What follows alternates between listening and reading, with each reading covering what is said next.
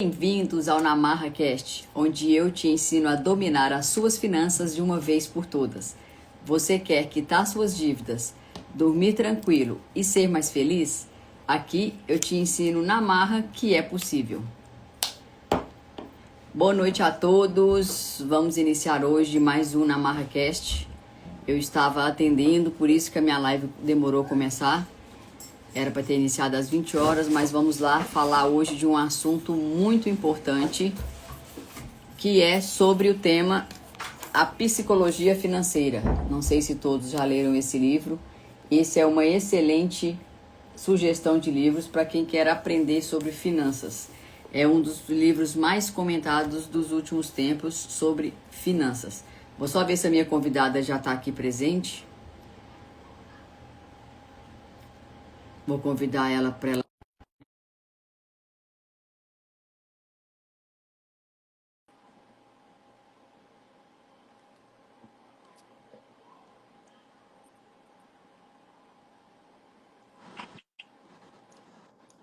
Débora, o que você colocou esse palhaço aqui, Débora? Me ajuda. Eu tô vendo que hoje já começa bem, hein? Chega de palhaçada, vamos entrar na marra, né? Chega de palhaçada que eu tô tão louca que eu tô arrumando até filtro que não precisa, meu Deus. Tava atendendo, desculpa, tá, Débora, por isso que eu demorei a entrar. Não, foi até bom que eu tava lá na apresentação da Lulu, deu tudo certo. No final tudo dá certo. Isso. Ô, Débora, eu tava falando pro pessoal que nós vamos falar hoje sobre o livro A Psicologia Financeira. Não sei se todos aqui da live já leram. Se vocês puderem, gente, pressione aí o coraçãozinho, encaminhe esse aviãozinho para todo mundo que vocês conheçam, que quer saber mais sobre educação financeira, que hoje a nossa live vai ser de grande importância para vocês terem a certeza que, às vezes não, quase sempre, o comportamento financeiro, né, Débora, a gente que trabalha com educação financeira, ele é muito mais importante do que a inteligência técnica em si. E esse livro, ele fala muito sobre isso. Mas antes de a gente começar a falar sobre ele, eu gostaria que você se apresentasse, Débora, por gentileza. Boa noite para todo mundo. Meu nome é Débora Martins, como a Nayara adiantou aí um pouquinho, né? Eu também sou consultora e educadora financeira. Há mais ou menos uns 8 meses eu arrisquei aí nessa nova profissão. Me encontrei finalmente. Eu e a Nayara troca muito figurinha, porque a gente diz que se encontrou profissionalmente porque a gente consegue ajudar pessoas. E eu acho que, além do que retorno financeiro, algo do tipo, quando eu digo me encontrei profissionalmente, é porque eu agrego na vida de outra pessoa. Então, quando eu vejo que eu consigo, de alguma forma, ajudar uma pessoa a realizar um sonho, sair de um sufoco financeiro, isso é muito gratificante. A gente entende qual que é a nossa missão aqui na Terra, né, Nayara? Com certeza. Ô, Débora, nós vamos começar falando um dos capítulos desse livro que eu estava lendo, que eu acabei de ler já faz um tempo, mas eu lembro bem dele, fala sobre a história do Ronald, que ele morava na zona rural e ele era filho de fazendeiro e ele tinha acabado de concluir o ensino médio. E ele teve uma visão bem simples, que ele consertava carro e varria o chão daquele lugar.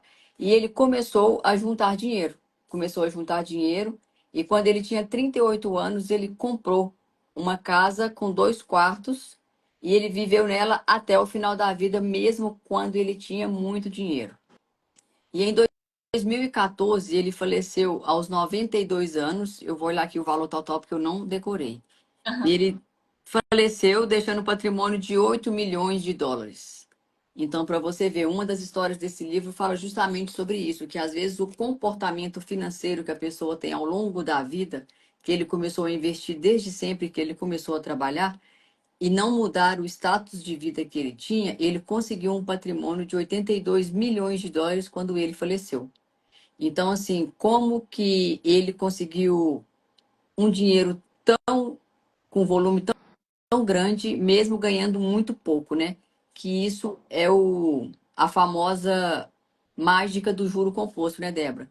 Que quanto mais tempo você investe e quanto mais dinheiro você aporta, maior será o dinheiro lá na frente. O que você tem para falar sobre isso, Débora?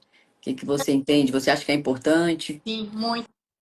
E às vezes você apega um valor, né, Nayara, que pode poupar mensalmente. Às vezes a pessoa fala assim: ah, eu ganho X valor, eu não consigo poupar mensalmente quem consegue é uma pessoa que ganha mais. Mas não é necessariamente assim. Quando você se organiza financeiramente, quando você se planeja, você consegue sim poupar o que seja. Começa aos pouquinhos. Se hoje você poupar, por exemplo, R$ 100 por mês, isso aí já é um começo. E a história que a Nayara trouxe aqui é justamente isso. Ele não ganhava muito, estava ali com um serviço mais simples, né, de remuneração mais baixa, mas isso não impediu que ele criasse um patrimônio tão significativo que, aos olhos de muitos, seria totalmente impossível. E a moral dessa história dele, que conta dessa parte do livro dele, Débora, é justamente sobre isso, que o nosso comportamento financeiro, ele dita muito mais o que nós teremos no futuro do que realmente o que a gente ganha. Por quê? Você, como eu, você deve atender infinitas famílias que chega para você e fala assim, eu não sei o que eu faço com meu dinheiro. Tá, mas aí você pensa assim, não, deve ganhar um salário mínimo para cuidar de 3 filhos, 4 filhos. E nem sempre é assim. Eu já atendi várias pessoas, Débora, que ganham R$ 30.000, R$ 40.000 e não tem noção para onde que vai o dinheiro. Não tem, não guarda nada, não sobra com nada e não tem controle nenhum sobre a vida financeira dessa pessoa. Então eu costumo dizer para todo mundo que não é o quanto você ganha, mas o como você gasta o que você ganha. Que às vezes uma família que ganha 2.000, 3.000, tem uma qualidade de vida às vezes um pouco inferior, mas tem uma qualidade de vida orçamentária que consegue pagar todas as contas, consegue investir, mesmo que seja um pouquinho. Daqui 10 anos, a vida dessa pessoa que ganha 3, 4 mil pode estar muito melhor do que a vida dessa pessoa que ganha 30 e gasta tudo. Isso. Me lembrou até de uma história que, quando eu trabalhava na indústria, o meu salário era o menor que tinha ali no escritório. E aí, na época, a gente ainda colocava dinheiro na carteira. Hoje eu acho que é meio difícil, que a gente trabalha muito no virtual, né? Com Pix e tudo mais, mas nessa época eu tinha dinheiro ali dentro da carteira. E eu lembro direito que eu abri a carteira e uma funcionária que ganhava, se não me engano, 2 ou 3 vezes mais que eu, falou assim: Nossa, mas já tá no mês você ainda tem dinheiro na carteira? Eu ganho mais que você, moro com a minha mãe, não tenho nenhuma despesa assim considerável e o meu já tá zerado. Para você ver que realmente não importa o quanto você ganha, e sim como que você administra esse recurso financeiro. Ô, Débora, o que que você acha então? Você acha que realmente o comportamento ele é mais importante do que a inteligência técnica? Eu acho com certeza, tanto que tem muitos casos até de pessoas endividadas que às vezes tá endividada ali ganhando 2.000. Ah, o meu problema é que eu ganho pouco. Aí começa a ganhar 3, continua ali endividado. Às vezes vem uma bonificação, quita todas as dívidas e ela retorna para aquele ciclo de novo e se torna uma pessoa endividada de novo. Então é a prova que não é o recurso financeiro, é o comportamento dela diante o dinheiro mesmo. E vocês que estão aí nos assistindo, o que que vocês acham? Vocês acham qual que é mais importante? O comportamento financeiro ou o conhecimento técnico que você tem sobre o dinheiro? Responde aí no chat para a gente ver qual que é a opinião de vocês daí de casa. Enquanto vocês respondem, eu vou dar prosseguimento, ô Débora. Em outro capítulo do livro, ele fala justamente a história de um executivo, que ele tinha o nome de Richard Fusconi. Ele era um executivo de Harvard e ele ganhava muito dinheiro, mas ele não tinha o controle desse dinheiro.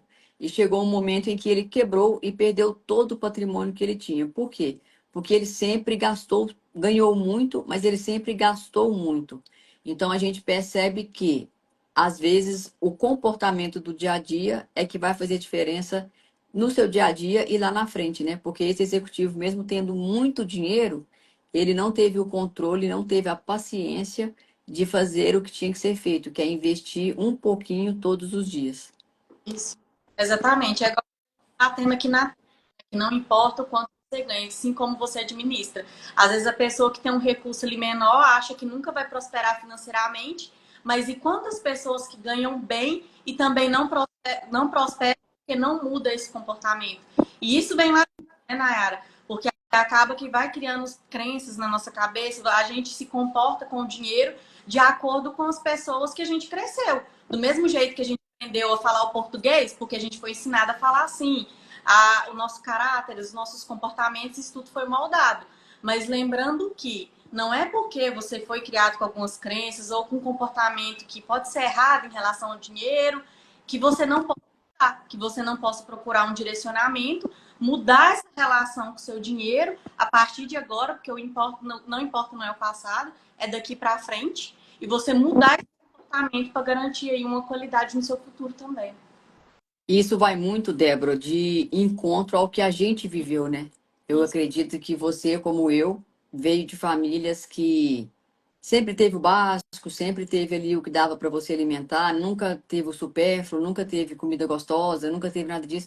Então você vai sempre aprendendo que dinheiro é difícil, tem que juntar porque lá na frente vai faltar. Então, assim, você acaba crescendo com essa mentalidade. Mas como você explicou muito bem, você não precisa de viver a sua vida inteira desse jeito. Você pode mudar, desde que você queira essa mudança, né? Que você busque conhecimento para ter essa mudança. Que não quer dizer porque ninguém da sua família, por exemplo, sabe investir, como fala aqui nesse livro o tempo todo, que você não pode investir. Se você buscar o conhecimento e investir de forma segura para o futuro seu e da sua família, com certeza lá na frente você vai ver os benefícios dessa decisão que você tomou e a sua família vai beneficiar por isso. Então, às vezes, a gente não toma decisão por travas que você falou muito bem, né? Que a gente coloca na vida durante desde a nossa infância. E às vezes a gente não prospera justamente por essas travas que a gente coloca a vida toda. Isso. Eu até tinha justamente essa trava que você falou. Meu pai falava muito: ah, você tá achando que dinheiro nasce em árvore? Eu tenho cara de banco. Ele falava. Então, eu pensava, meu Deus, para ter dinheiro é tão sofrido. De uma certa forma, eu vejo o lado positivo que me ajudou a ser controlada financeiramente. Eu pensei assim: nossa, é tão difícil ter dinheiro, então deixa eu proteger. Mas à medida do tempo, eu fui vendo que não é bem assim. Então, quer dizer, só se eu passar no concurso, que era uma coisa que me falavam muito, você só vai ter dinheiro se você passar no concurso ou se você der a sorte de ter um emprego que te pague bem na sua cidade. E aí eu falei, não, não é possível. Não é possível que assim, nasceu em berço de ouro, continua berço de ouro. Quem não nasceu em berço de ouro, então não tem chance, não tem vez. É se der sorte. E aí foi assim que eu comecei a me interessar pela educação financeira e vi que opa, o caminho não é esse. O que importa, igual você falou, Nayara, é o seu comportamento. Como que você lida com o seu dinheiro. Às vezes, Débora, eu atendo várias pessoas que elas falam assim: ah, mas não é todo mês que eu sobro com dinheiro. Mas o que que é o problema das pessoas? Todo mundo. Sempre que a gente recebe, a maioria das pessoas paga todas as contas. Aí, se sobrar, eu separo 20% para eu investir. E o pensamento não tem que ser isso. O pensamento tem que ser: você recebeu. Primeiro eu vou me pagar. Eu vou tirar 20%, no mínimo 20% para eu investir. E depois, com os 80%, eu pago o que eu tenho que pagar. Eu vou sair, vou passear, vou fazer o lazer, vou viajar, vou separar. Então, assim, separe o seu salário em 10 porções de 10 iguais, 10 porções iguais. 20% você vai tirar para você investir. E os outros 80% você vai fazer o pagamento do que você tem que fazer da sua vida toda. Porque aí daqui 5 anos, daqui 10 anos, no início, Débora, é tudo muito minguado. Eu falo que o mais difícil é você construir os primeiros 100 mil. É difícil você conseguir os primeiros 100 mil investidos, porque os dividendos são muito poucos. Aí você pensa, nossa, mas eu estou tendo um trabalho danado para eu ganhar R$ 25, R$ 120. E essa semana, uma aluna minha postou no Instagram que recebeu o dividendo e conseguiu pagar a conta de energia da casa dela. Então, assim, se ela não tivesse investido, ela teria que pagar de qualquer forma a conta da CEMIG da casa dela. Que bom que ela investiu e pagou sem sair do salário dela. Então, Lucro. assim, ela já está vendo que dá resultado, só que tem que ter o quê? O que o livro mostra sempre: paciência, que ao longo prazo isso vai fazer diferença. Isso. É o que o livro fala sempre, a gente tem que ter paciência, porque o mundo que nós vivemos, Débora, ele é muito imediatista. As pessoas sempre querem a fórmula mágica. A fórmula mágica de ficar rico, a fórmula mágica de emagrecer, e não existe fórmula mágica, ninguém quer passar pelo processo, né? Porque o processo é trabalho. Tá. Então, se você quer emagrecer, você vai ter que fazer dieta, você vai ter que fazer aeróbico, você vai ter que malhar. Se você quer ficar rico, você vai ter que trabalhar, você vai ter que gerar renda, você vai ter que poupar, você vai ter que investir. E o investimento não vai fazer você ficar rico, que eu deixo isso bem claro também. O investimento faz você multiplicar e rentabilizar melhor o seu dinheiro. Mas o que vai te deixar rico é o seu trabalho, é a sua fonte de renda, o quanto que você faz de aporte. Porque as pessoas vendem milhões de promessas no Instagram, no YouTube, fique rico, enfim, ninguém fica rico com investimento, você fica rico trabalhando. A quantidade de aporte que você fizer e o tempo que você aportar com frequência que vai fazer você ter dinheiro lá na frente ou não. Porque o juro composto ele funciona a longo prazo. Então é a paciência que o livro fala sempre, né? Você ter paciência e esperar o processo para você colher os resultados lá na frente. Isso é paciência e a constância. E a paciência e a constância. Débora, qual que é a lição número 2 do livro? Você lembra? Lá Adoro. fala que poupar é igual à sua renda menos o seu ego. Ah, sim. Você quer que eu leia ela aqui para você? Pode, por favor, se você tiver aí ainda. Tem aqui. E eu adorei. Deixa eu só achar ela aqui. Tá tranquilo.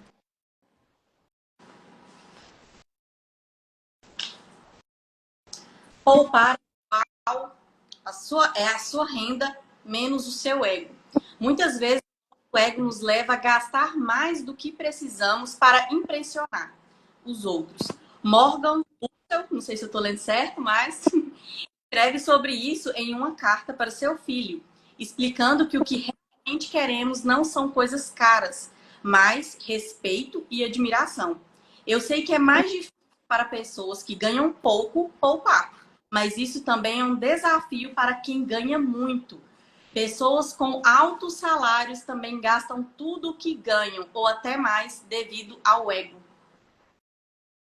Então, Débora, o que que a gente vê, o que que a gente entende sobre essa carta que ele escreve para o filho dele? Quantas vezes a gente pode fazer uma autoanálise de nós mesmos, né? Quantas vezes a gente não quer, quem tem filhos adolescentes, principalmente, quantas vezes os filhos de vocês não querem um telefone, às vezes um iPhone, só para impressionar os colegas de escola? Quantas vezes a gente não compra alguma coisa, ou não compra alguma roupa, ou não compra uma casa ou um carro só para impressionar a sociedade, não é porque realmente você quer aquele carro? Quantas vezes a gente gasta, vive no sufoco, divide, faz empréstimo, faz financiamento para impressionar as pessoas e não porque você realmente quer aquele bem, né, que você está comprando? Então, assim, a lição que ele tira justamente é essa, que às vezes o comprar nem sempre é porque você quer. A maioria das vezes é para impressionar a outra pessoa. É, realmente, Nayara. Teve uma vez até que eu escutei uma frase que é assim: cuidado para você não quebrar, para você falir, tentando mostrar que você é rico, gastando mais só para ter uma admiração, um reconhecimento que não é necessário. Não, não tem problema você sonhar, se você quer um carro que é um conversível, alguma coisa do tipo, uma casa confortável. Sonhos não é para ser julgados. O que importa aqui é se você realmente quer aquele sonho ou se você está em busca dele porque o outro para se encaixar ali num ciclo que pode ser de amigos, de família, que eu acho que não é interessante. Que às vezes pode acontecer justamente o contrário. Às vezes você vai viver no sufoco, você pode se tornar um endividado porque você está financiando coisas que nem são. Que é o que mais acontece, né, Débora? A pessoa financia um sonho que nem é dela para impressionar a sociedade, para impressionar alguém de sua família ou um amigo. E o que que você acha dessa fórmula, Débora, que ele fala no livro? Que poupar é igual à sua renda menos o seu eco. Você concorda, não concorda?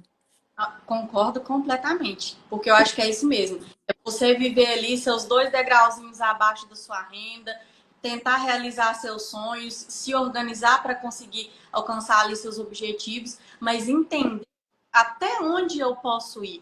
Qual que é o orçamento que eu posso lidar ali mensal? O que que eu preciso investir para mim ter qualidade no futuro? E não ultrapassar, porque, igual eu falei, aí depois você tem o efeito rebote e acaba não tendo qualidade de vida. Isso.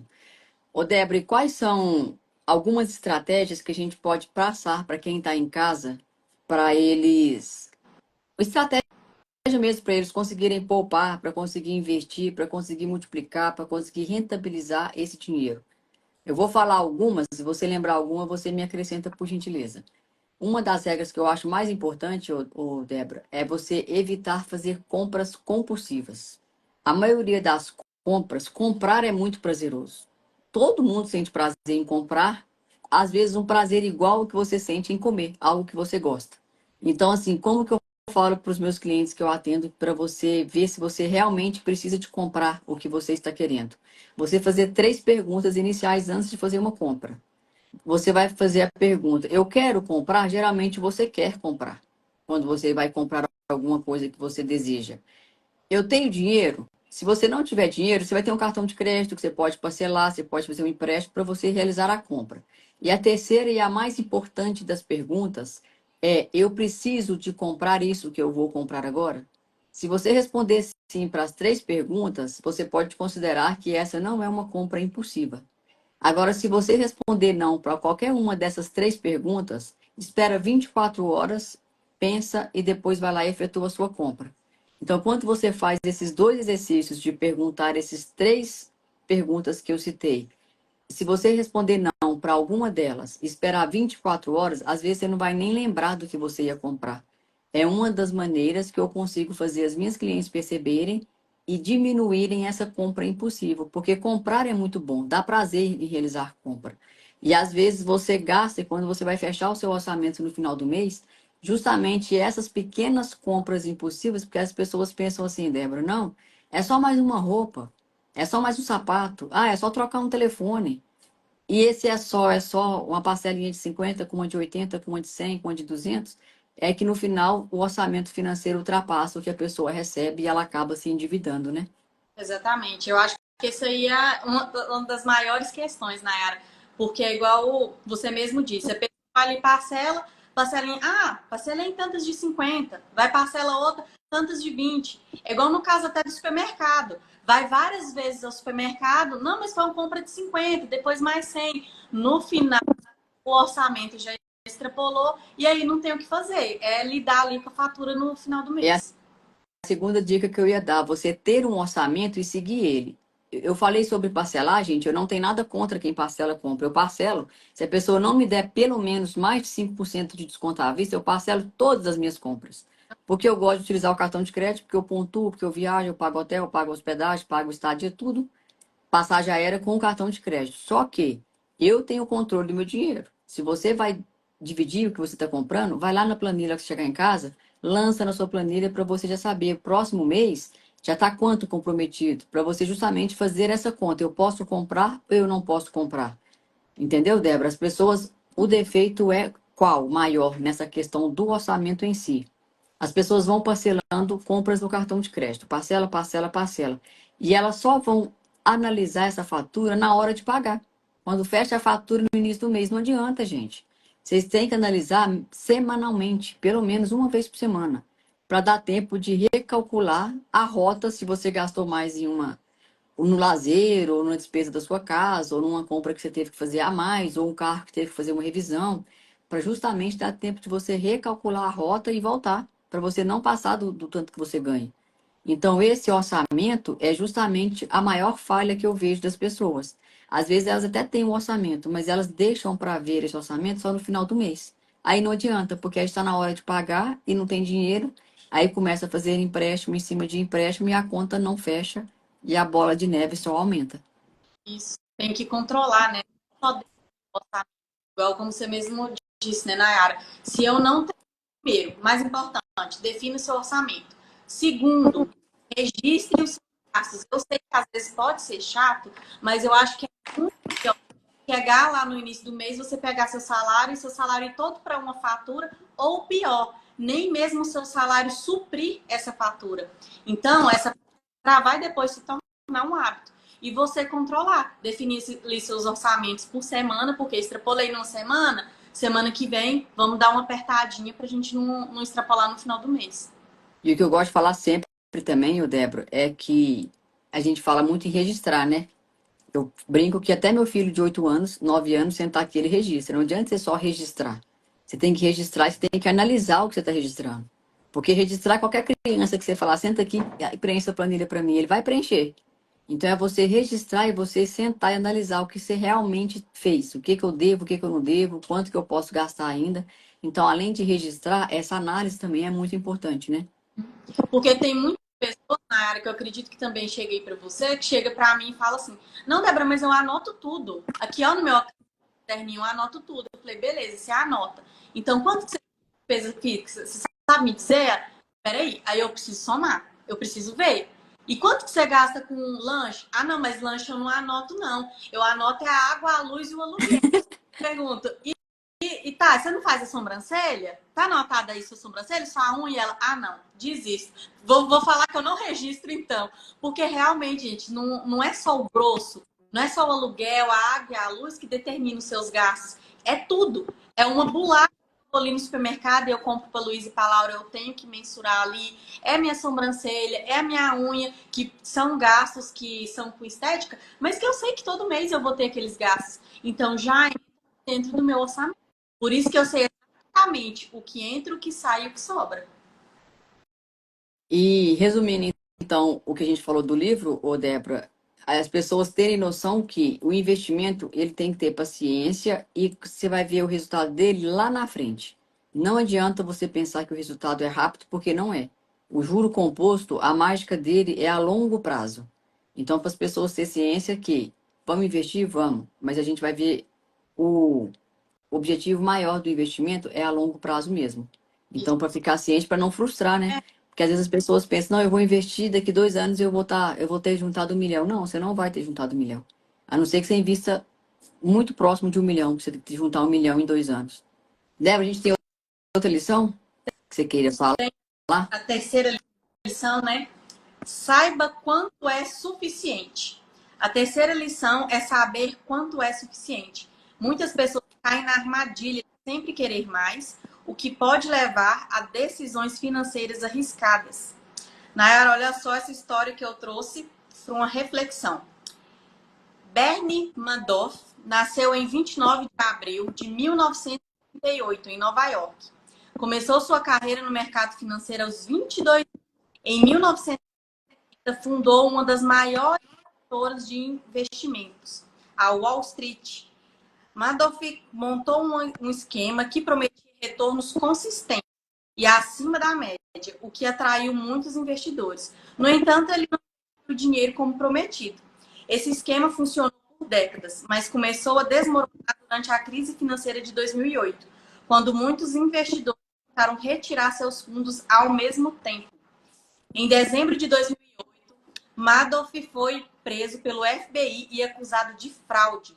Já tinha um negócio lucrativo, mas sua ganância o levou a aplicar um golpe que acabou destruindo sua vida e a da sua família. Então, né, Nayara, a gente precisa definir realmente quanto é o suficiente para poder viver com qualidade. Quando a gente fala em definir o suficiente, Débora, a gente mexe muito com o ritmo individual de cada um, né?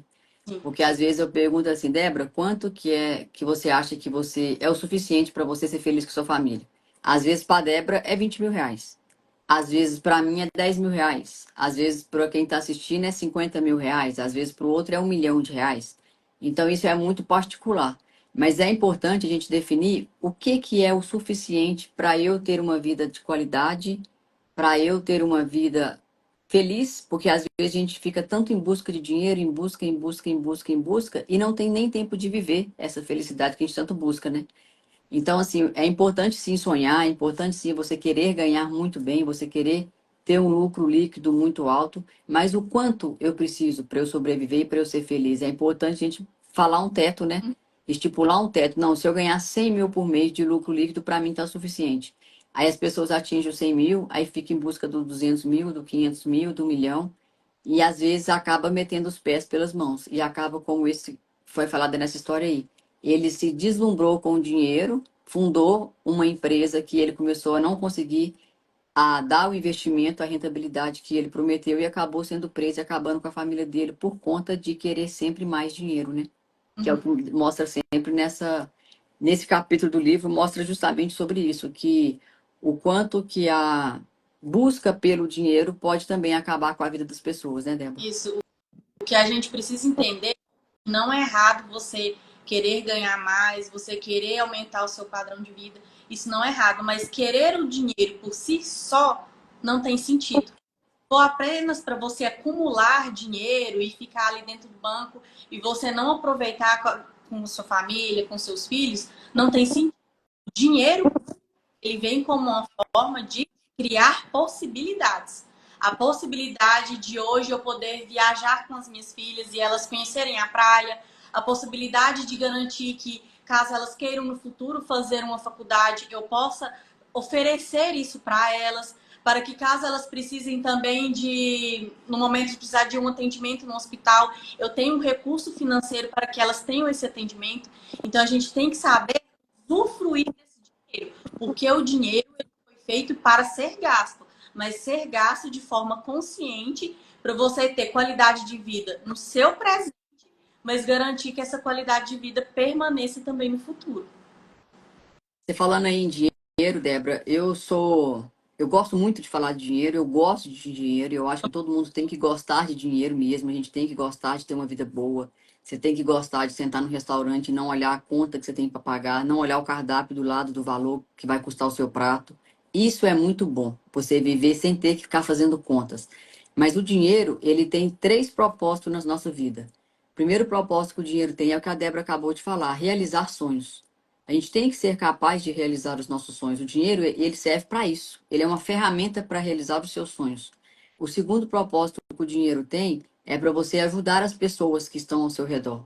Ele tem esse propósito também, porque não adianta nada você ter muito dinheiro e você não conseguir ajudar as pessoas que precisam de você. E outro propósito que o dinheiro tem, que também é muito importante, é trazer segurança. Isso que a Débora falou também. Segurança de quê, Nayara? Segurança de você ter um plano de saúde bom, de você ter a tranquilidade que se o seu carro estragar, ele tem um seguro, igual aconteceu comigo esse final de semana. Estragou, estava lá em São Paulo. Beleza, liga pro guincho, o guincho vai lá, leva meu carro para pátio, beleza, vida que segue. Isso. Se eu não tivesse seguro desse carro, como que eu ia começar, como que eu ia continuar minha viagem para mim continuar meus projetos que eu tinha para o final de semana? Então, assim, a gente tem que ter a proteção do nosso dinheiro também, que é muito importante, né? Tão importante quanto gerar dinheiro é você proteger o seu dinheiro. Porque às vezes as pessoas ficam tão habitoladas em gerar, e quando acontece qualquer imprevisto, as pessoas não têm para onde correr, que é já entrando na quarta lição do livro, que é você ter uma margem sempre para o imprevisto que acontece na sua vida. Porque a diferença, Débora, das pessoas endividadas e das pessoas que não têm dívidas é justamente essa única linha de ter a reserva de emergência. Que quando a pessoa não é endividada e ela gasta o seu limite do seu salário e ela não tem essa reserva de emergência, qualquer oportunidade que surgir na vida dela ou qualquer emergência, ela passa para a situação de endividado, porque ela vai ter que procurar um empréstimo, vai ter que procurar um cartão de crédito, às vezes gastar um pouco mais do que ela podia, que é justamente isso que separa a pessoa que não tem dívida da pessoa endividada. Essa reserva de emergência que ela às vezes não tem, e ela, por qualquer imprevisto que acontece, ela passa para a situação de endividado, e às vezes sair dessa situação se torna mais difícil do que ela adaptar o hábito diário dela de ter uma reserva de oportunidade ou de emergência, né? Que é a quarta lição que o livro traz para a gente. Exatamente. Eu acho que é muito importante, igual você falou, não só gerar, mas você aprender a proteger o seu dinheiro. A reserva é o melhor exemplo. Às vezes eles falam que nós, educadores financeiros, ficamos batendo nessa tecla, mas é porque realmente é importante. É uma forma de proteger. Esse ano também eu tive dois imprevistos. Por exemplo, hoje eu estou sem carro, porque ele está na oficina arrumando, porque eu estava passando, a moça abriu a porta, bateu no meu carro. Olha que Sortuda. Mas a sorte que aí depois eu fui, acionei o seguro, já tá tudo resolvido. Tive também no início do ano o imprevisto de ter que fazer uma cirurgia. Meu plano de saúde também me salvou. E antes da gente fazer o seguro do carro, eu tive outro imprevisto com o carro. Só que a gente tinha reserva financeira. Olha só, em um ano eu tive três situações que eu tô contando aqui, que eu poderia ter me tornado uma endividada. Eu não me tornei porque eu tinha essas proteções. Então, gente, é muito importante você ter essa reserva financeira. E não só pensando em imprevistos, não. Às vezes você surge alguma oportunidade, você comprar algo, até mesmo alguém que estiver assistindo aqui que é um empreendedor, ou às vezes um curso, que se, igual a Nayara falou, às vezes você pagando ele à vista, tem um desconto maior, você pode usar sua reserva, compra o curso e depois você paga ali a sua reserva de novo, repõe ela e tá tudo certo. Vocês vão perceber que na hora que vocês tiverem reserva de a sua reserva financeira, sua reserva de emergência, como vocês queiram falar, você vai ter mais tranquilidade para viver. Eu acredito muito nisso. E é a forma que eu me sinto. Isso. Então, para finalizar, Débora, nossa live, nós vamos falar aqui, recapitular as 4 lições que nós falamos desse livro da psicologia financeira. O que que esse livro traz de lição para nós? Primeira lição, que o comportamento financeiro, com certeza, ele é mais importante do que a inteligência técnica. Então, o seu comportamento do dia a dia é que vai ditar se você vai ter uma vida próspera ou não daqui para frente ou lá na frente no seu futuro. A segunda lição que a gente traz, poupar é igual à sua renda menos o seu ego. Muitas das vezes a gente compra coisas só para impressionar pessoas que a gente vai encontrar ou pessoas das quais você não gosta. Às vezes a pessoa nem sabe que você existe, né, Débora? Você fica querendo comprar uma coisa para impressionar uma pessoa que não está nem lembrando que você existe. É a segunda lição do livro. A terceira, você saber o quanto é suficiente para você ser feliz, para você ter a qualidade de vida que você deseja. Não é que você tenha que pensar pequeno, gente. Ninguém está falando aqui que você tem mentalidade de escassez. Se você acha que é suficiente você ganhar 10 mil, beleza. Se você acha suficiente que ganhar 50 mil por mês, 100 mil, 500 mil, cada um tem uma realidade diferente. Cada um tem uma qualidade de vida e quer uma qualidade de vida diferente. Então, isso é muito particular, né? Esse tanto que você vai precisar para você ser feliz. E a última lição é tenha uma margem para os imprevistos que acontecem na sua vida. Então, eu queria só fechar essa live com essas 4 lições que o livro traz, que eu acho que é uma inspiração para todo mundo pensar sobre isso, né? Dessas 4 lições, qual que eu coloco em prática na minha vida? Eu tenho que melhorar em alguma? Não tenho? Todas elas estão bem claras na minha vida. Então, assim, eu acho que ele traz isso de forma bem incisiva sobre essas 4 lições. E se alguém tiver interesse em ler esse livro, ele é um livro com muitos conhecimentos, psicologia financeira.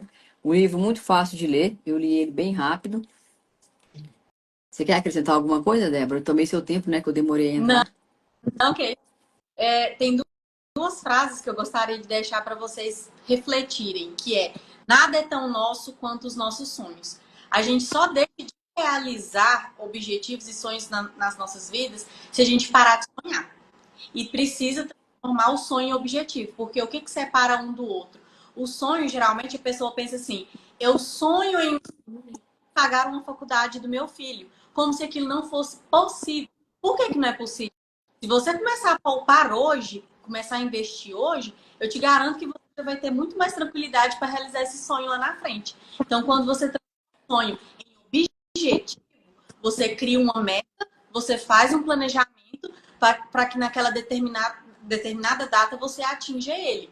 E entrando no assunto da nossa live, que é comportamento, as suas escolhas de hoje vão definir os seus resultados de amanhã.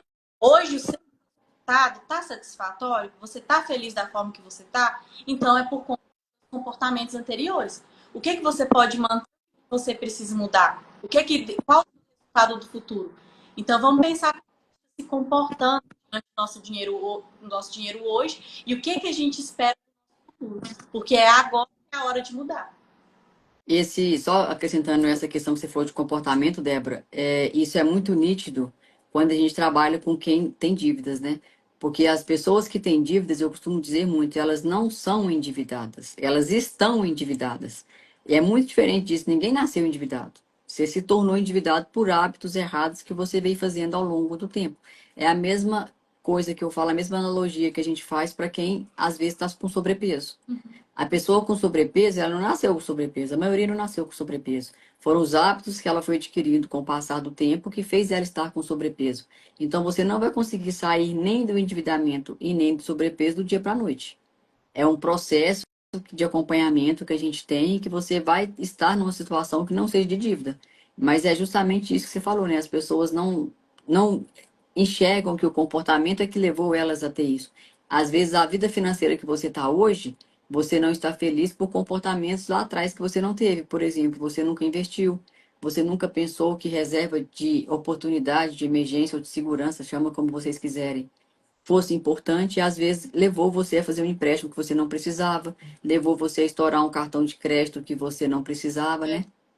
Querer ter um bem porque o pai ou a mãe acha que se para você ter prosperado financeiramente é porque você tem que ter tal casa, você tem que ter tal carro, porque o amigo comprou o iPhone que é o lançamento, fica financiando que às vezes nem são seus, que depois acaba que você se torna um endividado também.